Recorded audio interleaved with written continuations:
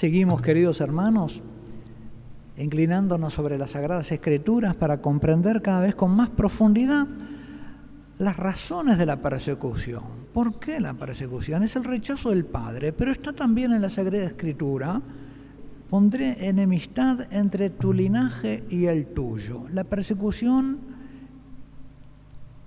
que nos toque vivir es un capítulo más en esta lucha entre el linaje de la serpiente y el linaje de la mujer, de Eva, pero de la nueva Eva, de María.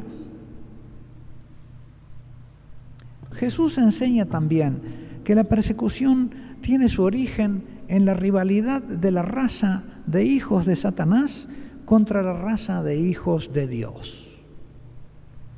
Esa vieja enemistad había sido ya anunciada por el Señor. En el libro del Génesis leemos: yo pondré enemistad entre ti y la mujer, entre tu linaje y el suyo. Él te aplastará la cabeza y tú le acecharás el talón. Jesús, ¿no?, que aplastará la cabeza de la serpiente. Jesús enseña que hay como dos familias, dos sistemas de solidaridad, dos procedencias por generación: hijos de Dios Padre, o hijos de Satanás. Y el linaje de Satanás persigue al linaje de los hijos de Dios, como Caín a Abel. Porque además Satanás es homicida desde el principio, nos revela Jesús. Quiere la muerte del hombre desde el principio, porque el hombre es un adorador de Dios, real o potencial.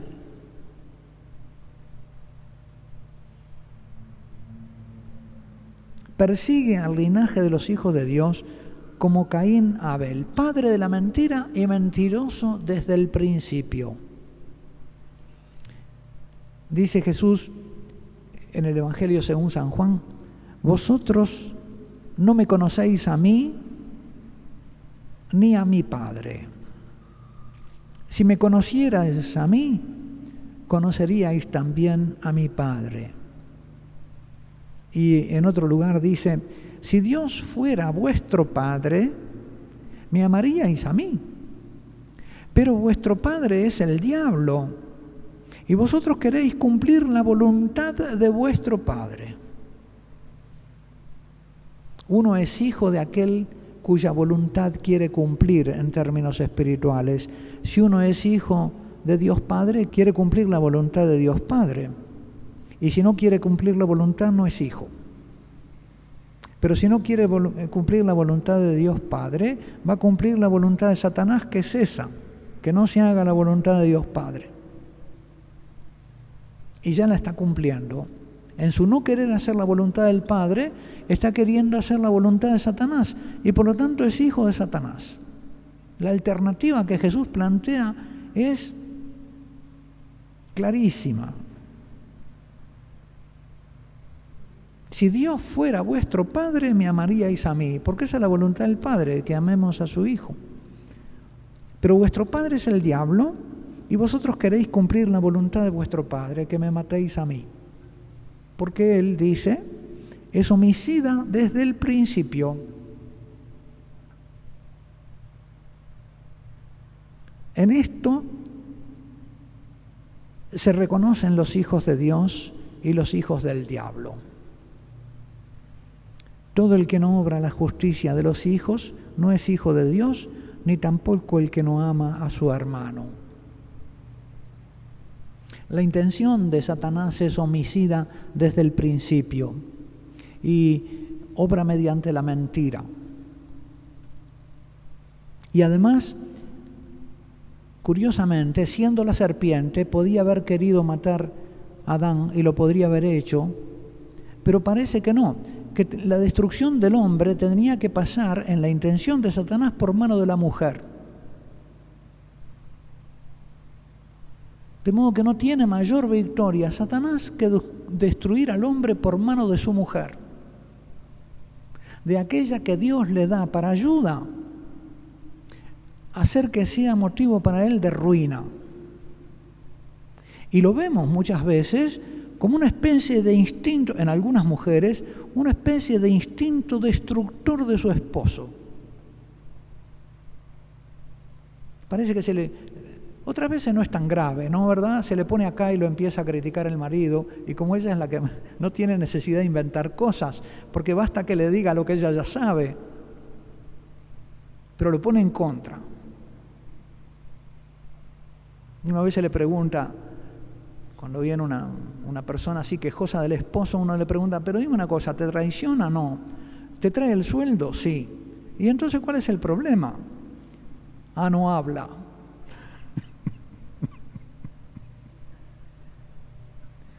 En realidad yo creo que el problema es que no escucha.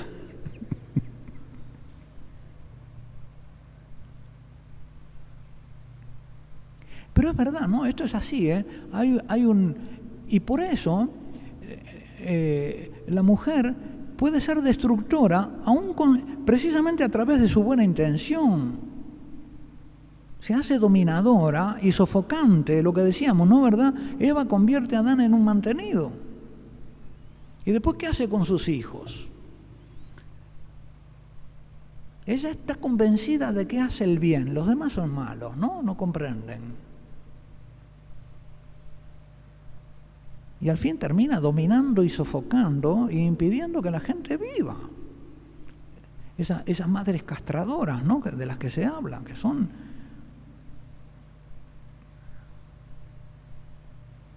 O como me decía un papá, lo que pasa es que los hijos son desobedientes porque aprenden de la mamá que no obedece.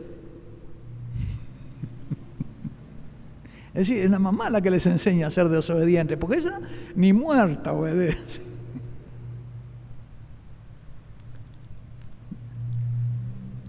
Ven que la mamá no le hace caso al papá y entonces ellos tampoco le hacen caso.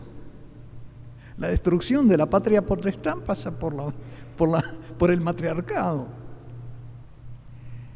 Pero en estas cosas, mis queridos hermanos, que son tan domésticas, es donde se juega esto. La Sagrada Escritura nos está hablando de eso. La doctrina del pecado original tiene importancia para que podamos vivir nuestra vida humana de varones y de mujeres y en el lugar del encuentro planeado por Dios, que es el matrimonio. Y por eso el matrimonio es un sacramento de sanación, donde el varón tiene que ser sanado y la mujer tiene que ser sanada, y sanarse juntos y el uno al otro en la misericordia de comprender que no son malos porque quieren, que vienen heridos del pecado original y que la herida del pecado original no es un pecado personal. Por lo tanto, necesita ser sanado con misericordia y no condenado y culpabilizado. No es culpa, es herida. Y no merece reproche sino misericordia. Pero es ahí donde el demonio mete la cola.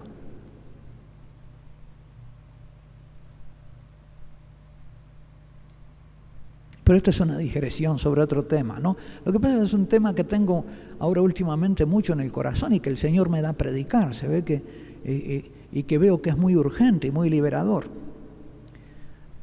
La oposición de ambos linajes y la persecución a los cristianos estaba prefigurada por la historia de Caín y Abel. Pues este es el mensaje que habéis oído desde el principio, es decir, del Padre, principio de todo, que nos amemos los unos a los otros, no como Caín, que siendo el maligno mató a su hermano. ¿Y por qué lo mató?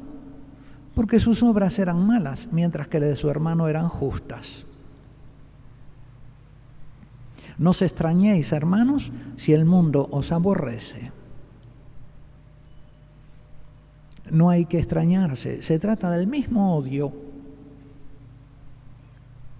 Jesús anuncia las persecuciones. Jesús anunció a sus discípulos estas persecuciones que derivan como por estricta lógica sobrenatural del misterio que venimos contemplando. Mirad que os envío como ovejas en medio de lobos. Sed pues prudentes como las serpientes y sencillos como las palomas. guardaos de los hombres, porque os entregarán a los tribunales y os azotarán en sus sinagogas, y por mi causa os llevarán ante tribunales y reyes, para que deis testimonio ante ellos y ante los gentiles. Aquí hay otro aspecto de la persecución, y es que en la persecución uno da testimonio. Ya lo vamos a ver ahora en los consejos que Jesús nos da de qué hacer en las persecuciones. Seréis perseguidos de ciudad en ciudad. Y entonces, ¿qué hacer en las persecuciones? A los nuevos justos, a los hijos del Padre, Jesús les enseña con su ejemplo y con su doctrina qué es lo que deben hacer en medio de las persecuciones. Ante todo, amar a los enemigos, para ser hijos del Padre y perfectos como el Padre Celestial es perfecto, que hace llover y salir el sol sobre justos y pecadores. Amar a los enemigos. Yo os digo, amad a vuestros enemigos y orad por los que os persiguen y calumnian, para que seáis hechos hijos de vuestro Padre Celestial. Como que nacemos como hijos en medio de la persecución. Es ahí donde nos hacemos hijos. Es ahí donde el Padre nos engendra como hijos suyos. Precisamente en la persecución. Son como dolores que acompañan un nacimiento. En los dolores de la persecución nacemos como hijos del Padre Celestial. Si no sabemos amar a los que nos persiguen, no llegamos a hijos. Somos como niños que nacen muertos. Dar testimonio. ¿Cómo se ama a los enemigos? Como amó a los suyos Jesús, el Hijo. Porque no es fácil amar a los enemigos o saber en qué consiste el amor a los enemigos. No se trata de que yo los ame como a los amigos.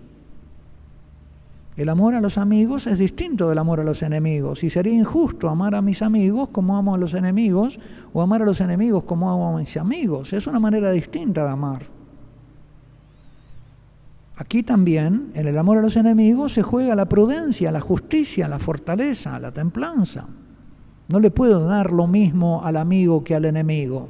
Sería injusto e imprudente. Pero sin embargo lo tengo que amar. ¿Cómo lo amo? Entonces tengo que mirar cómo amó Jesús, dándoles testimonio del Padre. Aunque eso los enfurezca más, en el ardor de su ira no debo renunciar a mostrarle lo que los enardece contra mí, que es mi condición de hijo. Y precisamente en el perdón es donde se muestra mi condición de hijo. El supremo acto de amor que se da a los enemigos es darles testimonio. Jesús nos enseña que la razón por la cual sus discípulos serán llevados a los tribunales como Él lo fue es para dar testimonio. Es decir, para mostrarse hijos en la persecución. El Apocalipsis dice que Jesús es el testigo fiel. Él dio testimonio en la hoguera de la pasión de que era hijo del Padre. Si eres hijo de Dios, bájate de la cruz. Y Él no se bajó para mostrar que era hijo de Dios. El testigo fiel quiere decir digno de fe, confiable, que no miente. Es un testigo fidedigno, habría que traducir. Un testigo que no miente. ¿Y de qué da testimonio? Jesús da testimonio del Padre y del Espíritu. Y a su vez, el Padre y el Espíritu dan testimonio de Él. Eso nos lo dice la Escritura. El testimonio apostólico repite el testimonio de Jesús acerca de las personas divinas. Lo dejamos porque es repetir lo mismo que el anterior, ¿no? Lo que hemos visto con nuestros ojos, eso os anunciamos para que creáis, etc. De Juan Bautista se dice que vino como testigo de la luz. Bueno, allí sigue una serie de textos sobre el testimonio que no tenemos tiempo de comentar ahora. Podemos pasar al siguiente punto: no tener miedo. Amar a los enemigos, dar testimonio y no tener miedo. No les tengáis miedo, dice Jesús. Lo que yo os digo en la oscuridad, en el secreto de la conciencia y en la oración, en el espíritu de profecía, no callarte la profecía. ¿Qué van a decir? ¿Qué van a hacer? Viene un montón de cosas para que yo no hable lo que siento y lo que pienso como cristiano. Y entonces me trago mi opinión por el que dirán. Me autocensuro. Se me instala una censura previa por la cual yo me callo de todo lo que siento. Es cierto que no hay que ser imprudente en lo que hablas, pero también, si el Señor te da a decir una palabra de profecía, tenés que prestarte a sufrir por profeta. Es bueno sufrir un poco por ser profeta. Y es a esto que se debe la persecución. No le tengas miedo. Lo que yo os diga en la oscuridad, en el secreto de la conciencia, de la oración, decidlo vosotros a plena luz. Porque Jesús nos va a estar hablando siempre. Decíamos que el reino de los cielos y el reino de Cristo, la nación santa, es una nación sin Estado ni organizaciones gubernamentales, en la cual cada ciudadano tiene y cada hijo del reino tiene contacto directo con Jesús y con el Padre. Si tiene un corazón de hijo, escucha la voz del Padre. Y si no escucha la voz del Padre es porque todavía su corazón no es de hijo.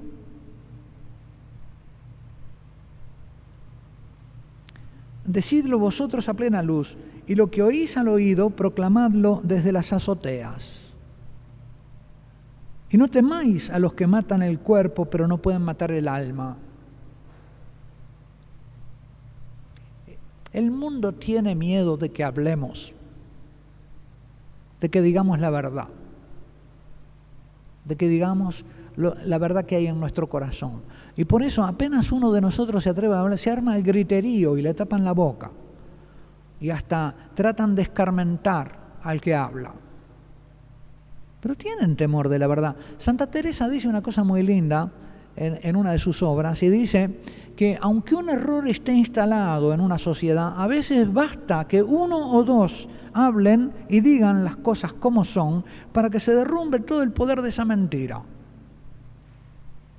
Ella lo dice a propósito de ciertas cosas sobre la oración. Corría en su tiempo una sentencia, no, nada de meditaciones ni de cosas, basta la oración vocal. Y ella dice, y la oración vocal, si no es mental, no es nada. Pero como ese era un error que estaba instalado, dice, basta que uno o dos lo digan para que se venga abajo el poder del error.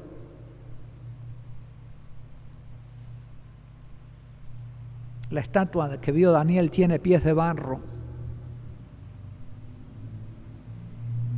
¿no? Cabeza de oro, pecho de plata, brazos de hierro, piernas y pies de barro. Basta que un perrito le levante la pata y se viene abajo.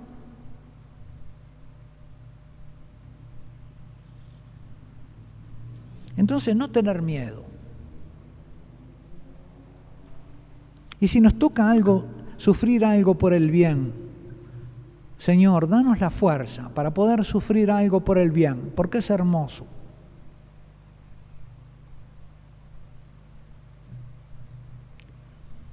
Llena el mundo de hijos de Dios, que como tú no tengan miedo.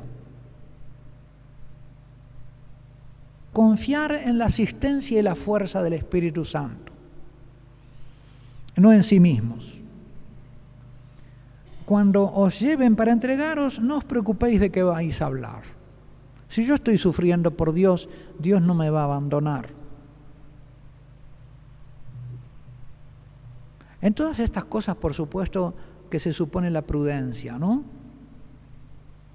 Y por eso, cuando hay decisiones grandes, así en las cuales uno se juega por las cosas de Dios, conviene hacerlas con una dirección espiritual y preguntando y consultando, porque tampoco está prohibido buscar el martirio también en la prudencia evangélica. Entonces yo voy tocando puntos, pero el entrelazamiento de los puntos entre sí exige una comprensión y una sabiduría. Pero si no vamos explicando punto por punto, nunca llegaremos a hacer la síntesis. El peligro es que uno se quede con un punto aislado, fuera de la síntesis, ¿no? Y salga a cometer imprudencias. Pero también el otro peligro es que uno se quede callado por cobardía. Y es el Espíritu Santo el que uno le enseñará interiormente cuándo tiene que jugarse y cuándo no. Jesús muchas veces no se dejó agarrar, se escabullía entre las manos de los que lo querían matar, pero cuando llegó la hora del Padre, él entendió que era la hora. Por eso Él es nuestro maestro para vivir la persecución. Confiar en la asistencia del Espíritu Santo, no en sí mismos. Yo sé que soy débil. Cuando os lleven para entregaros, no os preocupéis de qué vais a hablar, sino hablad lo que se os comunique en aquel momento. Porque no seréis vosotros los que hablaréis, sino el Espíritu Santo. Y en otro pasaje vuelve a insistir, no seréis vosotros los que hablaréis, sino el Espíritu de vuestro Padre, que hablará por vosotros. Y Pablo atestigua que cuando todos lo abandonaron, el Señor lo asistió ante el tribunal para dar testimonio. El Señor lo asistió. Y la asistencia del Señor brilló mucho más en el abandono de todos. A mí me impresiona mucho, leyendo la vida de los mártires del siglo que acaba de terminar, que muchísimos de ellos morían gritando «Viva Cristo Rey».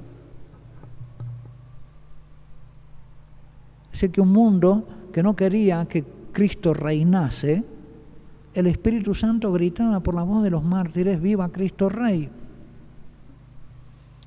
Y el valor que tiene para mí, estremecedor, de grito de Dios a través de sus mártires, es precisamente que ¿quién puede programar lo que va a gritar cuando lo maten? Yo ya puedo pensar frases heroicas y lindas. Cuando me vayan a matar digo, no me maten. Así que, ¿qué gano yo con andar pensando lo que voy a decir ante mis perseguidores? Me confío en el Espíritu Santo y Él me hará hablar. Y yo me imagino la sorpresa de muchos mártires en el momento en que les llegaban las balas, de sentir que les salía este grito. Decía, ¿y de dónde me sale? La última sorpresa antes de morir fue la de haber gritado este testimonio acerca de la realeza de Cristo. No lo habían premeditado, se los dio el Espíritu y se lo dio masivamente a muchísimos de ellos. Fue un grito de Dios al mundo que no quería que Cristo reinase.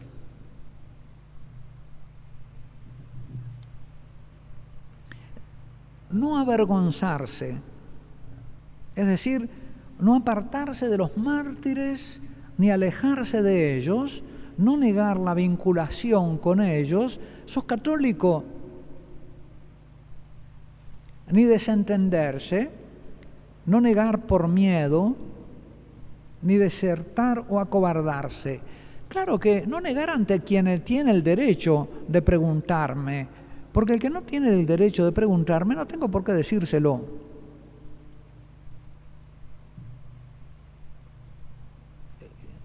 El martirio era ante el tribunal. Se le preguntaba a los cristianos si eran cristianos en el tribunal, y ahí era pecado negar. Ante la autoridad que tenía derecho a preguntar, ante la autoridad civil. Si no, en la vida pública los cristianos vivían en el anonimato y en la catacumba. Pero no avergonzarse. Vivir como peregrinos.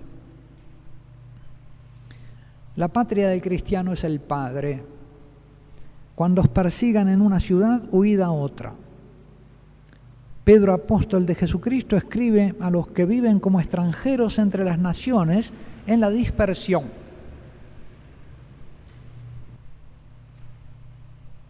San Cipriano, en su tratado sobre los apóstatas, dice que muchos de ellos se apostataron porque no se fueron a tiempo. Esto de que huir de una ciudad a otra. ¿Y por qué no se fueron a tiempo? Porque no quisieron vender la casa. Y entonces dice, ¿qué fue lo que los hizo permanecer en una situación potencialmente peligrosa y los condujo después por cobardía a negar ante el tribunal? El hecho que no se fueron a tiempo. ¿Y por qué no se fueron a tiempo? Porque estaban aferrados a los bienes de este mundo. Y porque no quisieron, digamos, desprenderse de los bienes de este mundo con tal de salvar su fe. Entonces se expusieron a un riesgo y ahí se manifestó que su fe era débil, en el momento del interrogatorio. La cobardía no estuvo en ese momento, estuvo antes en su aferrarse a los bienes de este mundo, dice San Cipriano, con un diagnóstico pastoral de obispo, ¿verdad? No culpabilizador, sino misericordioso, pero que señala, ten cuidado, no seas presuntuoso, no pienses que vas a resistir la prueba, más vale que te vayas antes, aunque sea con pérdida de tus bienes. Perdé algo por tu fe antes que exponerte a perder la fe. Y después, por último, alegrarse, es lo que nos dice esta bienaventuranza. Bella cosa, dice Pedro, es tolerar penas por consideración a Dios cuando se sufre injustamente. Nosotros al contrario, cuando es injusto parece que nos duele más. ¡Qué injusticia! Pero si es una injusticia por tu fe, es bella cosa, dice.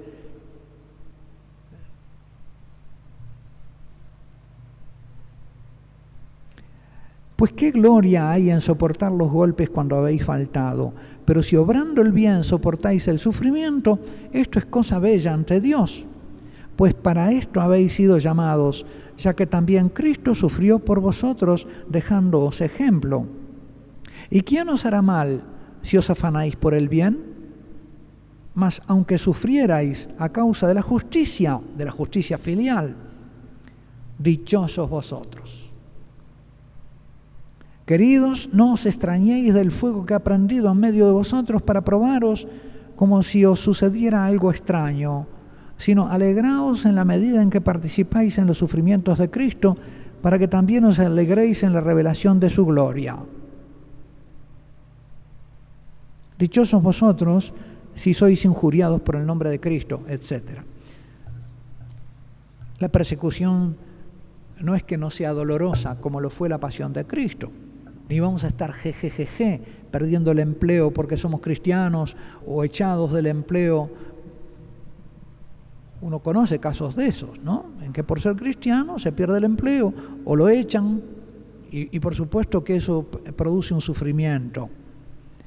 Pero precisamente lo que lo sostiene al que padece esas cosas dolorosas es el saber que eso pasa porque Él es de Dios. Me acuerdo ahora de dos casos. Una chica que perdió el empleo porque no quiso ceder a las insinuaciones de su jefe y la echó. Y de otro señor que también perdió el empleo porque actuó en cuestiones políticas de acuerdo a su fe y lo echaron. Y son cosas que sacuden mucho a él y a su familia. Y a veces, como a Tomás Moro en la Torre de Londres, que recibía las cartas de su hija diciéndole, papá, no te pongas tan duro, cede un poco. También al hombre lo ponen frente a su familia. Así que la persecución no solo viene de afuera y la tentación no solo viene de afuera. Tomás Moro le escribe a Margarita diciéndole que lo está tentando como Eva, sino que viene de adentro, de los más allegados, como a Santa Perpetua, cuando estaba entre el martirio, venía el papá, que no era cristiano, a decirle y a llorar y a decirle, ¿qué estás haciendo, hija?